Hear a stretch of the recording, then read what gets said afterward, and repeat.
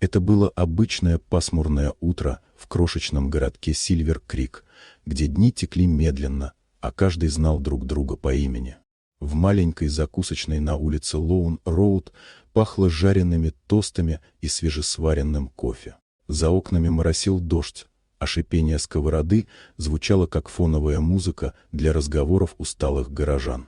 Молодая официантка по имени Эмма Лейн двигалась между столиками с привычной легкостью. Ее форма выцвела, обувь стерлась, но улыбка, теплая, искренняя, оставалась неизменной. Она работала с рассвета до заката, ведь дома ее ждала больная мать, и каждая копейка имела значение.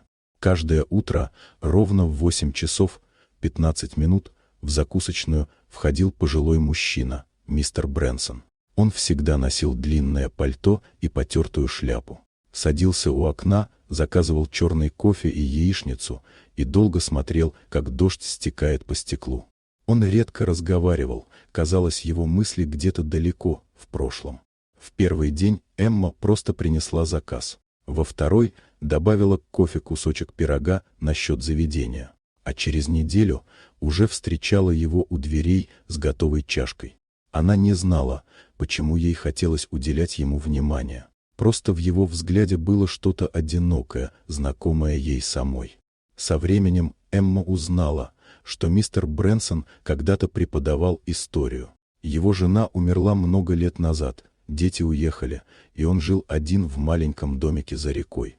Она слушала его тихие истории, а он впервые за долгое время начинал улыбаться.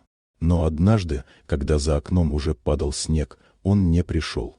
Его место у окна осталось пустым. День прошел, потом другой, и сердце Эммы тревожно сжалось. На третий день она позвонила в местную больницу и узнала, что старик попал туда после падения. Не раздумывая, она отправилась к нему. Принесла свежую булочку из закусочной и улыбку, ту самую, из-за которой даже серое утро казалось светлее. Он был удивлен и растроган.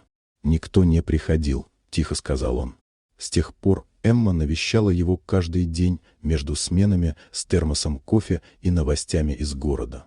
Через неделю мистер Брэнсон снова появился в закусочной. Он выглядел слабым, но глаза его светились. Перед уходом он долго смотрел на Эмму и сказал: «Ты напоминаешь мне мою дочь».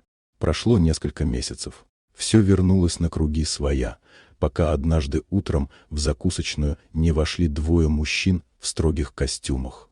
«Вы Эмма Лейн?» — спросил один из них.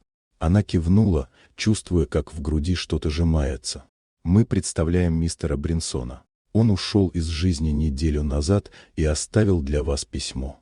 Руки Эммы дрожали, когда она открыла конверт. Внутри было короткое послание. «Спасибо за тепло, которое ты подарила. Ты вернула мне веру в людей. Этот мир все еще добр, пока в нем есть такие, как ты». К письму прилагался документ. Дом мистера Бринсона теперь принадлежал Эмме, вместе с небольшой суммой. Ровно столько, чтобы оплатить лечение ее матери и, наконец, позволить себе немного вздохнуть. В тот вечер она пришла к его дому. На столе стояла фотография, снимок, сделанный кем-то в закусочной. Они оба смеялись, когда она пролила кофе. Он вставил это фото в рамку. Эмма стояла у окна, глядя на закат, и шептала: «Спасибо». Она поняла, доброта не исчезает. Она возвращается, может, не сразу, но всегда. И с тех пор каждое утро в Сильвер-Крик дайнер начиналось с улыбки и новой чашки кофе, поданной с теплом.